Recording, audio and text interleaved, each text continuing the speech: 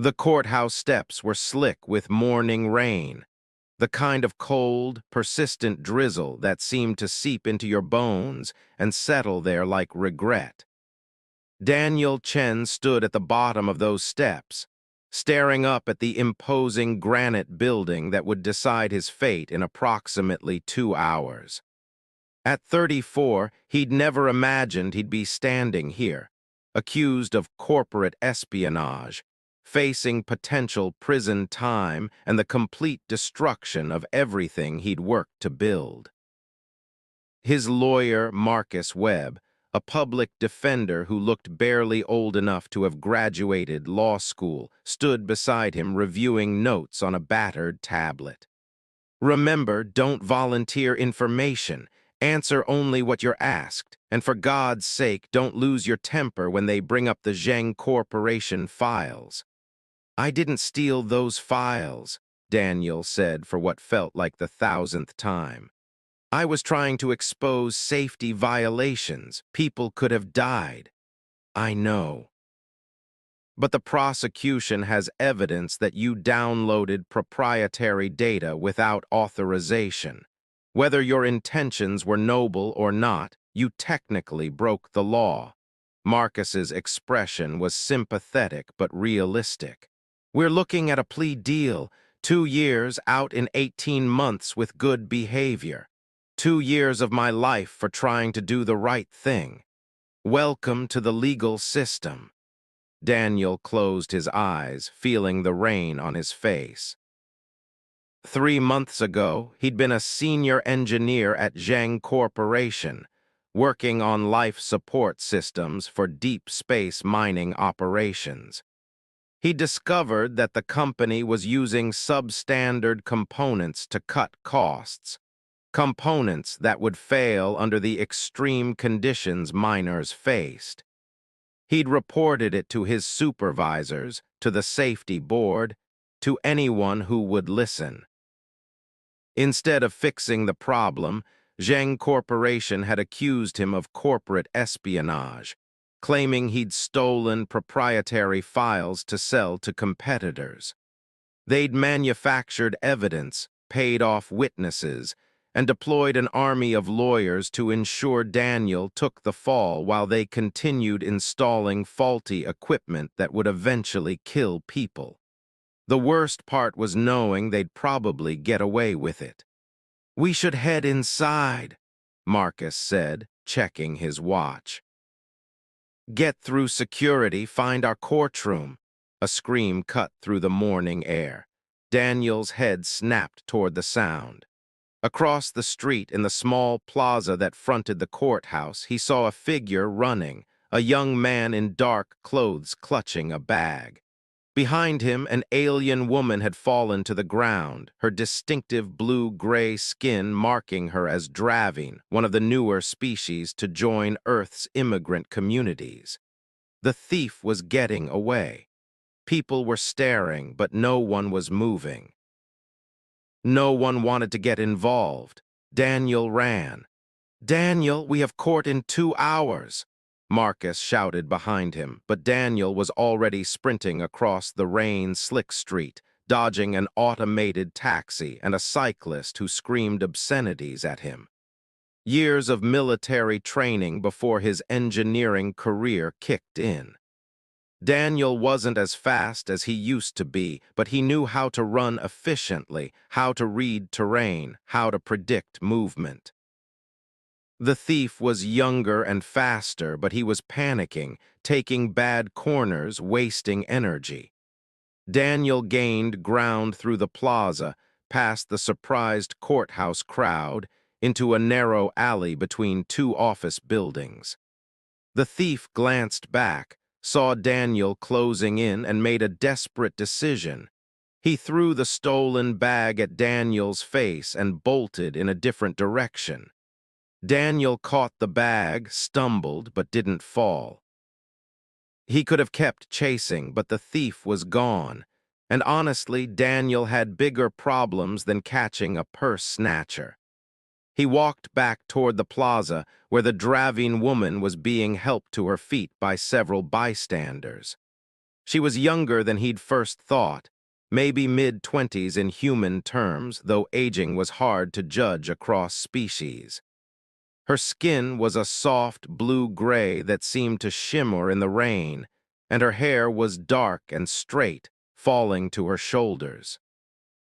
Her eyes were large and expressive, a striking amber color, and they were currently filled with distress. "Miss, I think this is yours," Daniel said, offering the bag. The woman took it with trembling hands, immediately opening it to check the contents. Her relief was palpable. Thank you so much. I thought." She spoke standard with a heavy Dravian accent, her voice musical despite her obvious stress. "My documents, my identification, everything is in here. Are you hurt? Do you need medical attention?" "No, I'm okay, just shaken." She looked up at Daniel properly for the first time, and her expression shifted to concern. "You're bleeding." Daniel touched his cheek and his hand came away red. He must have scraped it when he caught the bag. "It's nothing, just a scratch. Please, let me." The woman pulled a clean cloth from her bag and gently pressed it to his face. Her touch was surprisingly warm, and Daniel noticed her hands were shaking. "I'm Sierra Voltaine." "Daniel Chen. You didn't have to chase him, you could have been hurt." "Yeah, well, I wasn't, and you got your stuff back." Daniel glanced over his shoulder toward the courthouse where he could see Marcus frantically waving at him. "I should probably—" "You have somewhere to be," Sierra said, following his gaze. "The courthouse, are you in trouble? Something like that." "I'm so sorry I've made you late." Sierra's distress deepened. "What time is your appointment?" "Trial. And it's not for another hour and 45 minutes. I'll be fine." "Trial?" Sierra's amber eyes widened. "You're on trial for what?" Daniel hesitated. Most people, once they knew he was accused of corporate espionage, looked at him differently, like he was already guilty, already criminal. "It's complicated. I'm sorry, that was intrusive of me." Sierra carefully dabbed at his cut one more time. "Thank you again, Daniel Chen. You're a good person. I hope your trial goes well." Something about her earnest expression, her genuine gratitude, made Daniel feel lighter than he had in weeks. "Thanks. Good luck with whatever you need those documents for." He jogged back across the street to where Marcus was practically vibrating with anxiety. "Are you insane?" the lawyer hissed. "You're on trial for theft and you just chased a thief through downtown? Do you know how that looks?" "I was helping someone." "You were making our job harder." Marcus grabbed Daniel's arm and steered him toward the courthouse entrance. "Come on, we need to get through security, and we need to do it now." The security line was long, typical for a Monday morning. Daniel stood with Marcus, watching various people shuffle through the scanners. Lawyers with expensive briefcases, defendants with the hollowed-out look of people facing judgment, witnesses clutching evidence folders. 3 people ahead of them, he saw a flash of blue-gray skin. Sierra was in the line too, he realized. She was organizing papers from her bag, her movements still slightly shaky from the theft attempt. As Daniel watched, Sierra reached the security scanner. She placed her bag on the conveyor belt and stepped through the arch. Immediately, alarms blared. Security guards converged, pulling Sierra aside, reaching for her bag. "Wait, what's wrong?" Sierra's voice carried over the noise. "I haven't done anything." "Ma'am, please step over here," a guard said firmly, not quite rough but not gentle either. Daniel couldn't see what was happening clearly, too many people in the way, but he heard Sierra's increasingly distressed voice trying to explain something. The security guards weren't listening. One of them was pulling items from her bag, examining them. "Sir, you need to keep moving," a guard said to Daniel, gesturing him forward. Daniel stepped through the scanner, no alarms, and collected his belongings. Marcus was already through, heading toward the elevators, but Daniel couldn't quite make himself follow. He looked back at Sierra, who was now nearly in tears as guards examined what appeared to be electronic devices from her bag. "These aren't registered," one guard was saying. "Non-citizen electronics require registration and approval before entering a federal building." "I didn't know. I'm new to Earth. I have an appointment. I was told to bring everything. Ma'am, I'm going to need you to come with us." "Daniel," Marcus called from near the elevators. "Now." Daniel looked at his lawyer, then back at Sierra. He thought about playing it safe, about keeping his head down, about not making things worse for himself. Then he thought about the kind of person he wanted to be, trial or no trial. He walked over to the security station. "Excuse me, what's the problem here?" The head guard, a stern-faced woman named Officer Reeves according to her badge, frowned at him. "This doesn't concern you, sir." "Actually, it might. I saw this woman get robbed outside about 15 minutes ago. She was pretty shaken up. Is it possible she just didn't know about the electronics registration requirement?" Sierra looked at him with desperate gratitude. "Yes, I was robbed. This man, Daniel, he got my bag back, but I was so upset I just came straight inside. I didn't think." "The rules are clear," Reeves said. "Ignorance isn't an excuse.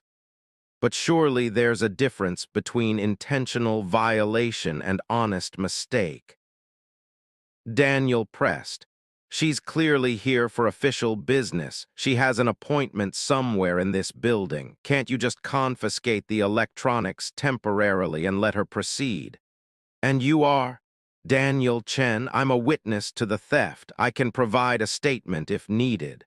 Officer Reeves studied him for a long moment, then glanced at Sierra's papers.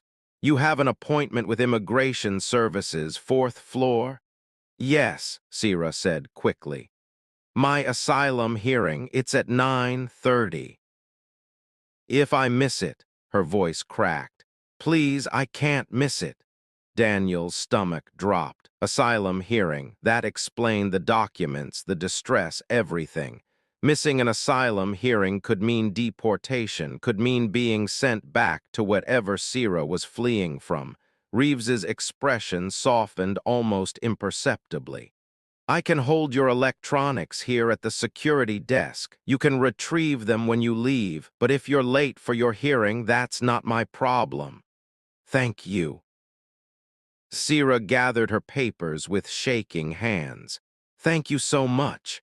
As Sierra rushed toward the elevators, she paused long enough to look back at Daniel. "Thank you again. I don't know how to repay. Just get to your hearing on time," Daniel said. "Good luck." She disappeared into an elevator, and Daniel finally allowed Marcus to drag him toward their own courtroom. "That was stupid," Marcus said bluntly. "You just drew attention to yourself right before your trial. You interfered with security procedures. I helped someone. You're on trial for theft, Daniel. The optics of you being involved in a theft situation, even tangentially." "I know, but what was I supposed to do? Let her get detained and miss her asylum hearing?" Marcus sighed heavily. "You're either the most principled idiot I've ever met, or you're actively trying to get convicted. I can't decide which." The courtroom was exactly as Daniel remembered from the preliminary hearings, all dark wood and cold fluorescent lighting, designed to make you feel small and judged. The prosecution team was already there, 3 lawyers in expensive suits representing Zhang Corporation's interests. They looked confident, well-rested, like people who knew they were going to win. Daniel's case was called at 9:15 a.m. sharp. Judge Patricia Morrison presiding, a woman in her 60s with silver hair and a reputation for being fair but strict. Daniel had researched her extensively.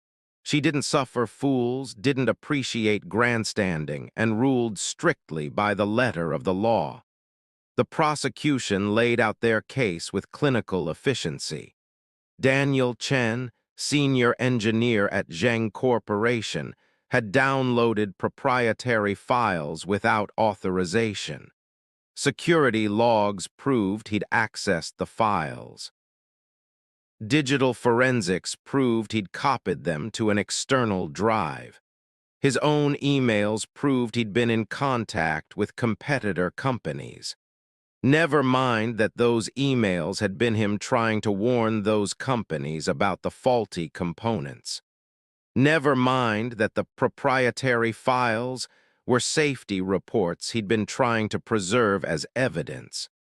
The prosecution framed everything in the worst possible light, and they had the evidence to make it stick. Marcus did his best in cross-examination, trying to establish Daniel's motive as whistleblowing rather than espionage. But the prosecution had done their homework. They had character witnesses who described Daniel as disgruntled, difficult to work with, obsessed with conspiracy theories about safety violations. It was all lies, but it was effective. During a brief recess, Daniel sat with Marcus in a small conference room, feeling the weight of inevitability settling over him. "They're going to convict me, aren't they?" Marcus wouldn't meet his eyes.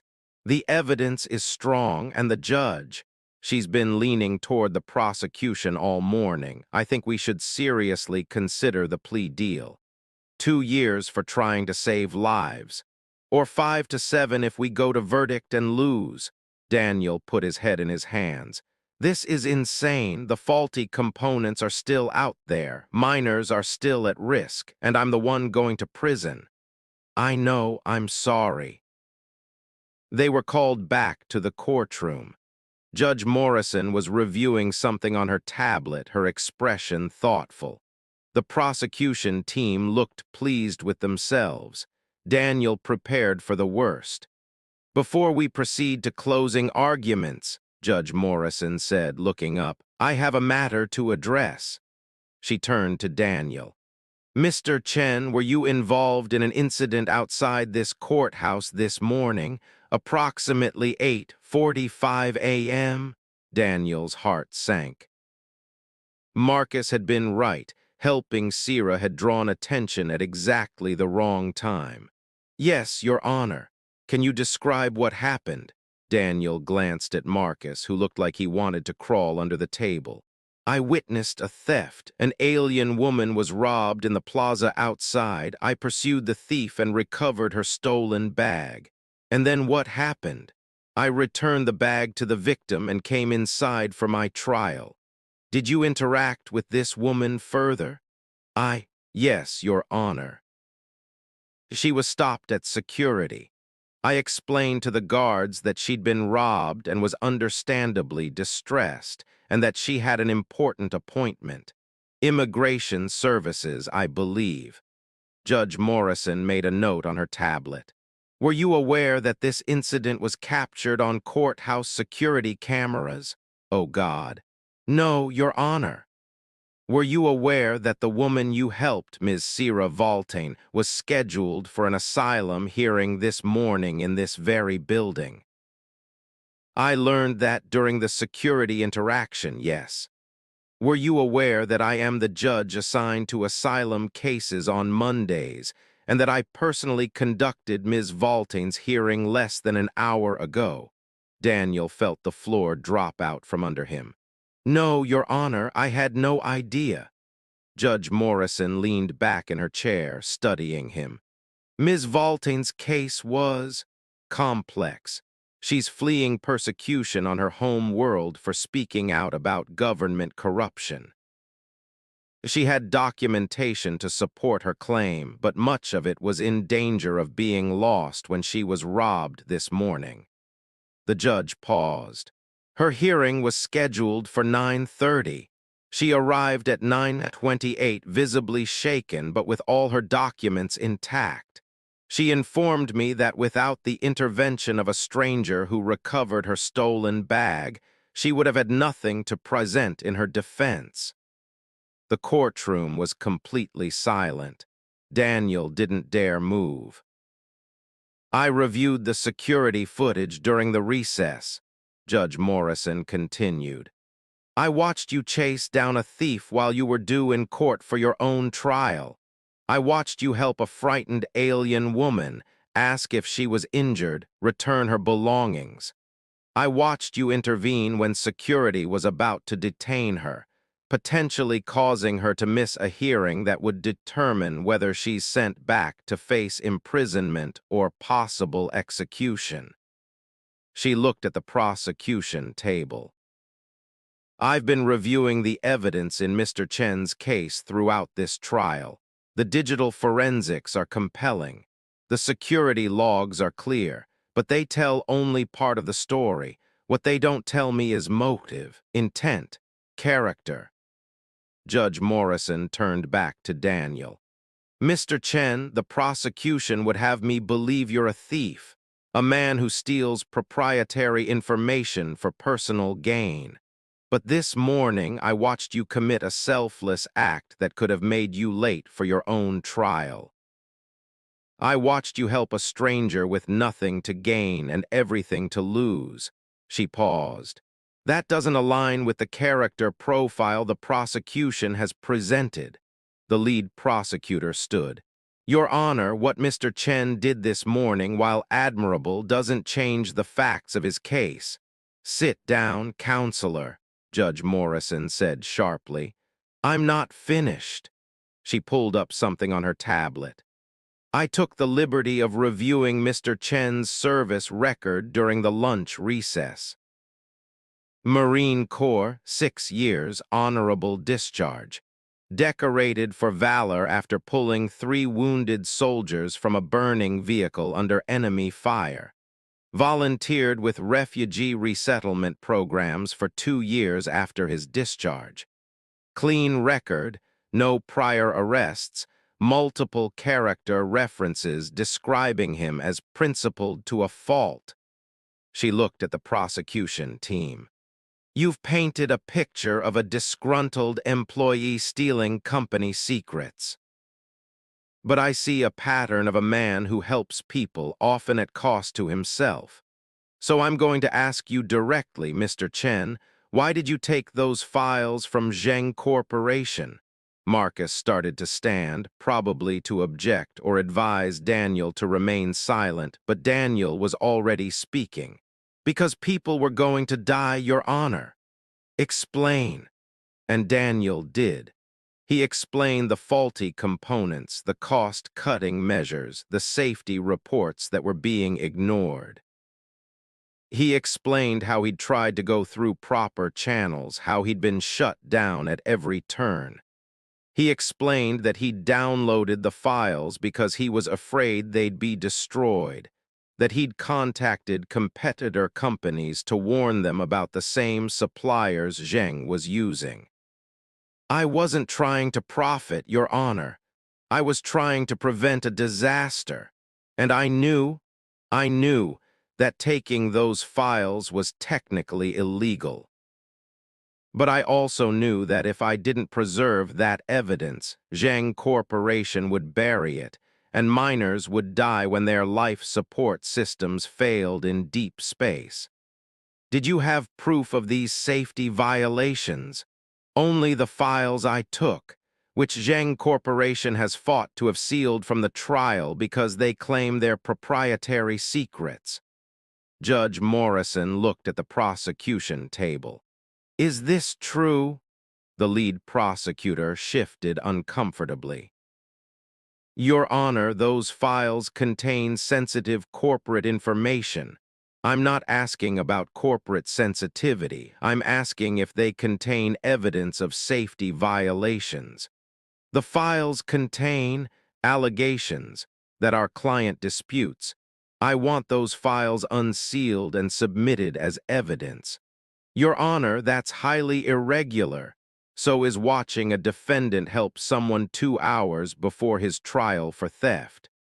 Judge Morrison's voice was sharp. Unsealed by end of business today, or I'll hold Zheng Corporation in contempt. This trial is in recess pending review of that evidence. The next 3 days were a blur of motions, arguments, and increasingly frantic maneuvering by Zheng Corporation's legal team.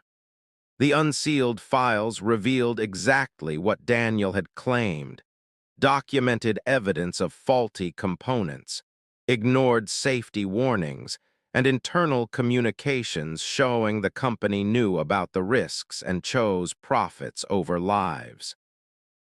The media picked up the story.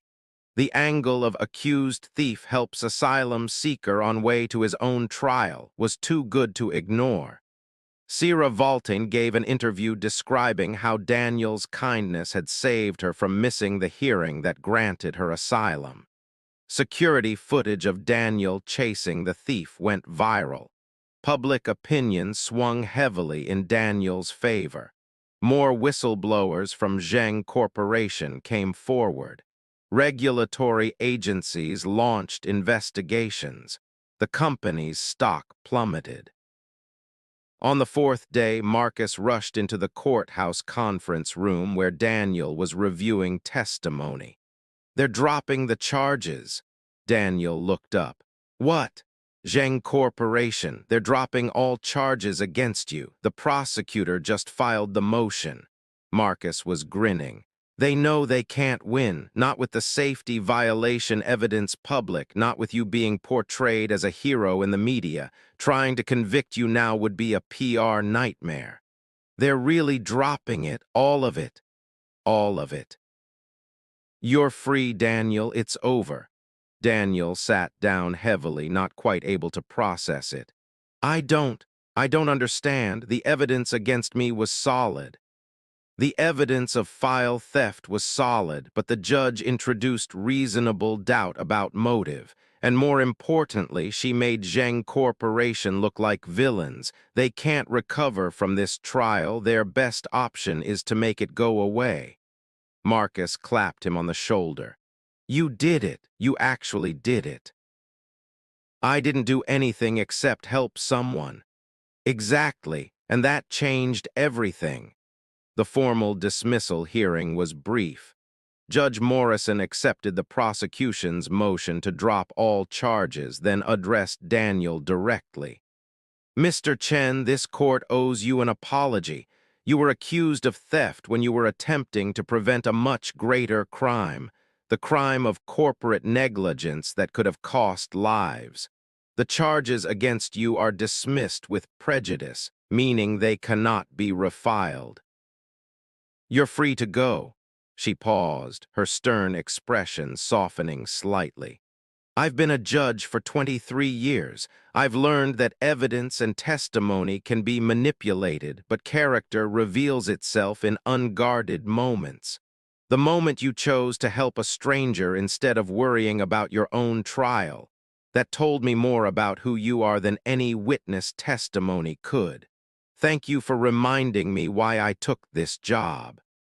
Outside the courthouse, Daniel found Sierra waiting on the steps. She was wearing a simple blue dress, her dark hair pulled back, and she smiled when she saw him. "You're free," she said. "I am, thanks to you in a weird way."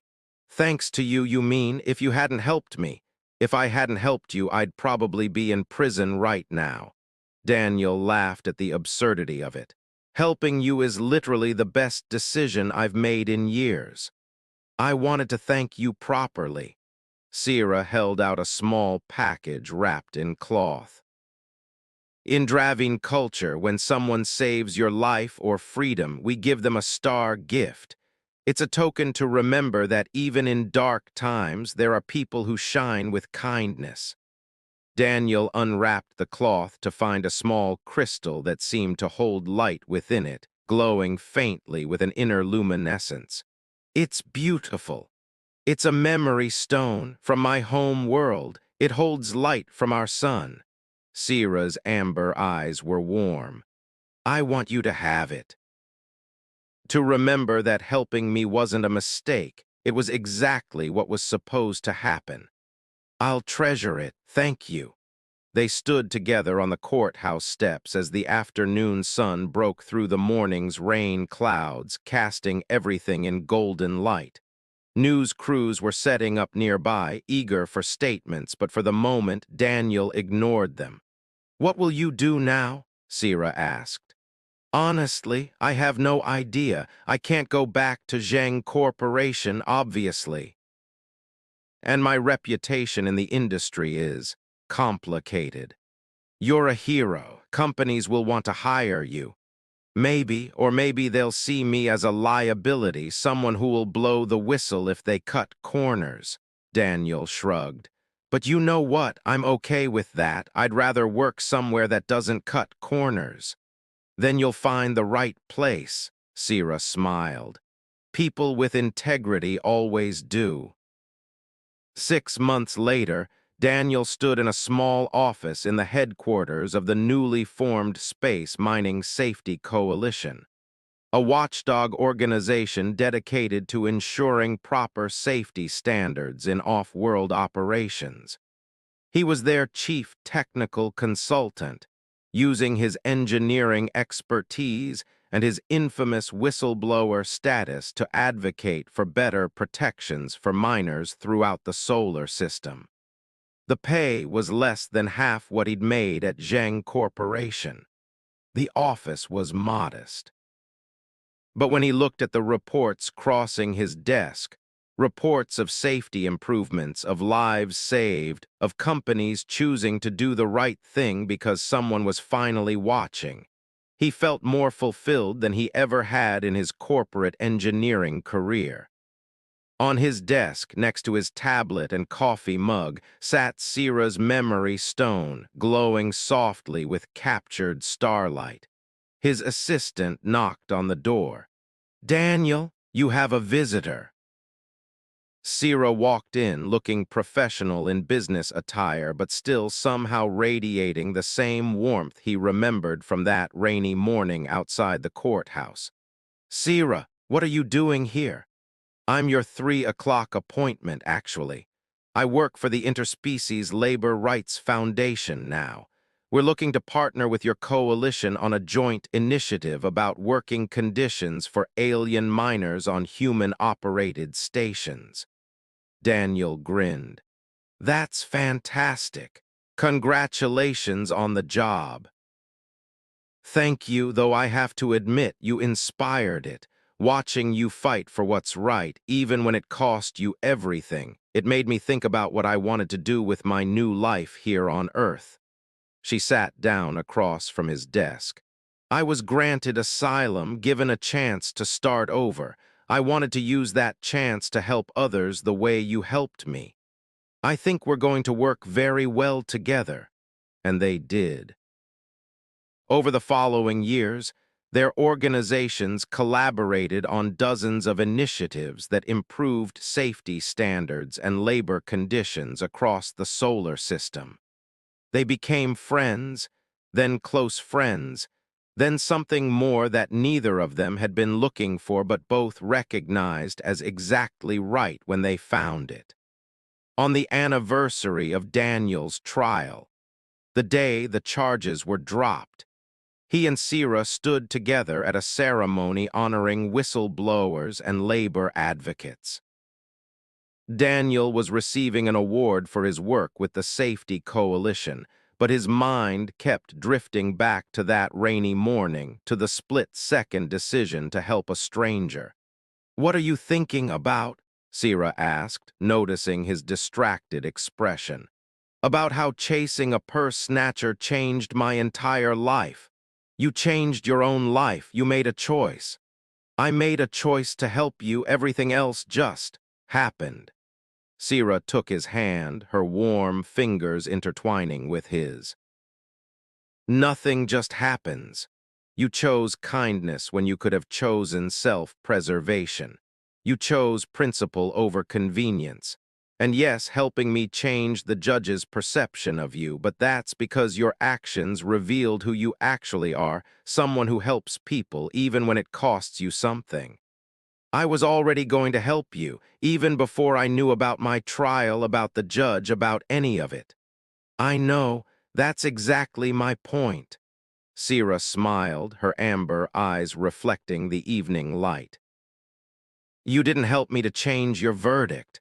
You helped me because it was the right thing to do. The verdict changed because you were already the person the prosecution claimed you weren't, someone who acts with integrity, regardless of personal cost. Daniel looked out at the gathering of advocates, reformers, and whistleblowers, people who'd sacrificed careers, reputations, and safety to do what was right. You know what's strange? If Zheng Corporation hadn't tried to frame me, if I'd never gone to trial, I'd probably still be in corporate engineering somewhere. Comfortable, well-paid, completely unfulfilled. Instead, instead I'm here with you doing work that actually matters, making a difference. He squeezed her hand. I stopped a theft for an alien woman and accidentally changed my own verdict, but really I changed my entire life. We changed each other's lives, Sierra corrected. You gave me freedom. I gave you purpose. That's how it works when people choose kindness. It ripples outward in ways we can't predict. As the ceremony began and Daniel walked to the stage to accept his award, he carried Sierra's memory stone in his pocket, a reminder that sometimes the smallest acts of kindness in the darkest moments can illuminate an entire future. He'd stopped a theft on his way to trial for theft, and in doing so had revealed the truth about who he was. Not a thief, not a criminal, but a man who chose to help strangers, even when he had everything to lose. And that choice had set him free in ways no verdict ever could. The courthouse steps where this had all begun were just a few blocks away, still getting rained on regularly, still hosting the daily drama of justice being sought and sometimes found. But for Daniel and Sierra, those steps represented something more, the place where two lives intersected at exactly the right moment, where one act of kindness created ripples that changed everything. He stopped a theft for an alien woman, and in the process, he'd found something far more valuable than any corporate career could offer: purpose, partnership, and proof that even in a system that sometimes rewarded the wrong things, integrity and kindness could still tip the scales toward justice. The verdict had changed, but more importantly, so had he.